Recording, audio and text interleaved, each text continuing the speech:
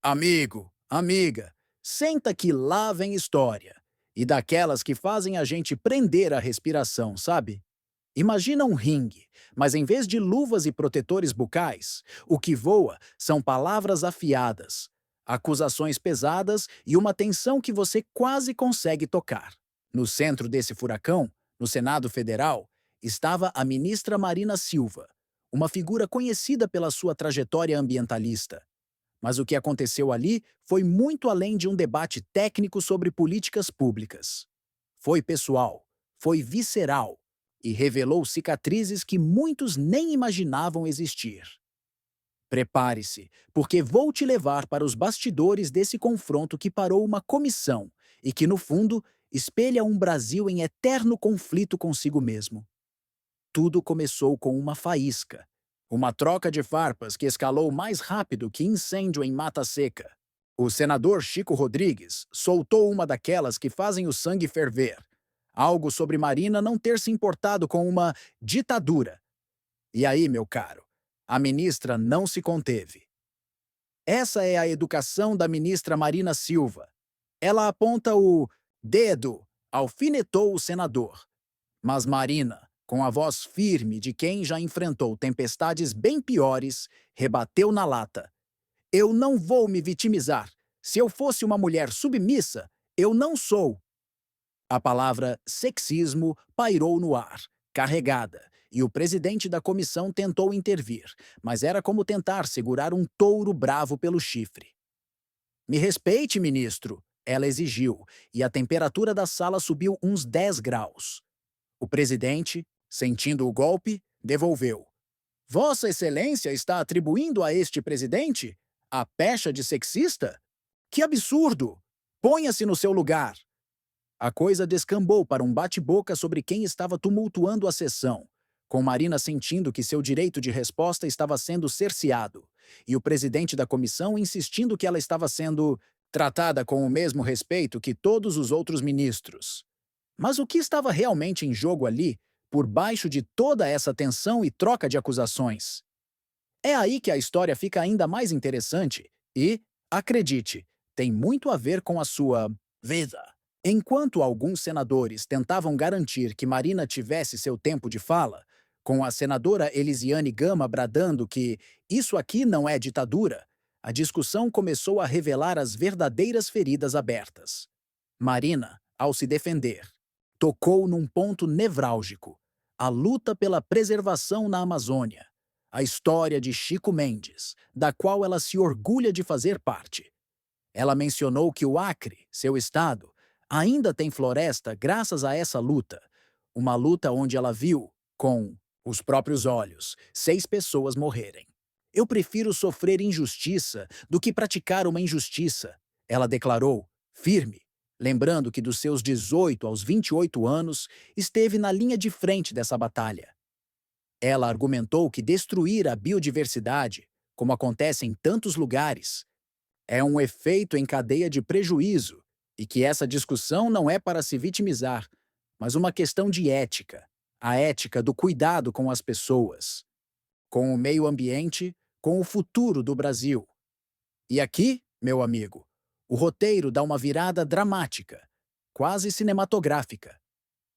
O senador Omar Aziz, visivelmente tocado pela menção às 6 mortes, pediu a palavra. E o que ele disse calou fundo, transformando um debate político acalorado em um desabafo quase terapêutico, expondo dores que a política muitas vezes tenta esconder. A senhora viu 6 pessoas morrerem, começou ele, com a voz carregada.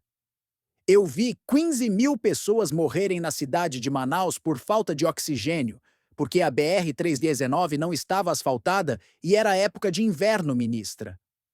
O ar ficou pesado. Ele continuou, contando que seu próprio irmão morreu por falta de oxigênio, amigos também. E não parou por aí. Ele relembrou uma tragédia ainda maior em sua história pessoal.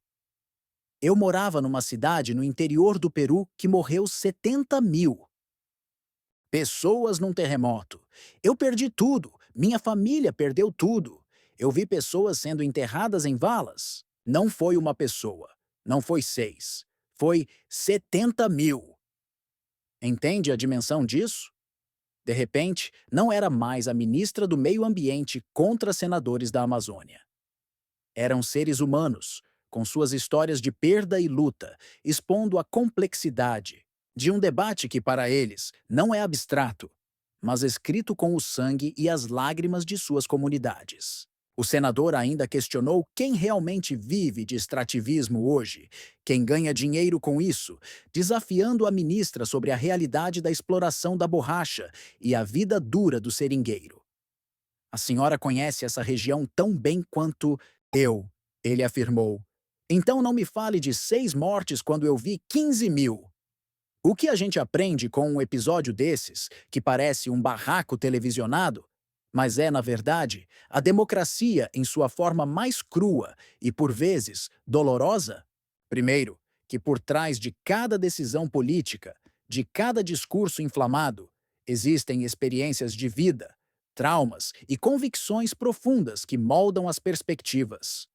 Não é só governo contra oposição ou desenvolvimentistas contra ambientalistas. É sobre a dor de ver seu povo morrer por falta de uma estrada, ou a dor de ver a floresta e seus guardiões tombarem. Segundo, essa informação muda a sua vida porque te mostra que as políticas públicas, especialmente as ambientais e de infraestrutura, não são números frios em planilhas. Elas têm impacto direto na vida e na morte de pessoas reais. A falta de uma estrada pode significar falta de oxigênio. A destruição de uma floresta pode significar a perda de um modo de vida e de um futuro sustentável. O aprendizado oculto aqui é a importância da empatia, de tentar entender a dor do outro, mesmo quando as posições parecem irreconciliáveis. E também a resiliência de quem, como Marina, se mantém firme em suas convicções, e de quem, como Omar, carrega o peso de tragédias imensas e as transforma em combustível para sua atuação. O debate, claro, não terminou ali. As acusações continuaram, com o presidente da comissão chegando a sugerir que da próxima vez, em vez de um convite, seria uma convocação para a ministra, um tom bem mais duro. A tensão ficou no ar, um lembrete de que essas feridas estão longe de cicatrizar. E a história, como disse um dos senadores, vai julgar. Agora eu quero saber de você. Ao testemunhar um embate tão carregado de emoção e com argumentos tão fortes de ambos os lados, onde a dor pessoal se mistura com a responsabilidade pública, como você acha que é possível conciliar a urgência da preservação ambiental com as necessidades imediatas de desenvolvimento e sobrevivência das populações locais, especialmente em regiões tão complexas como a Amazônia? Existe um caminho do meio? Ou estamos fadados a esse eterno cabo de guerra? Comenta aqui embaixo o que você faria para tentar encontrar uma solução. Ou qual lado, nesse turbilhão de emoções, te tocou mais?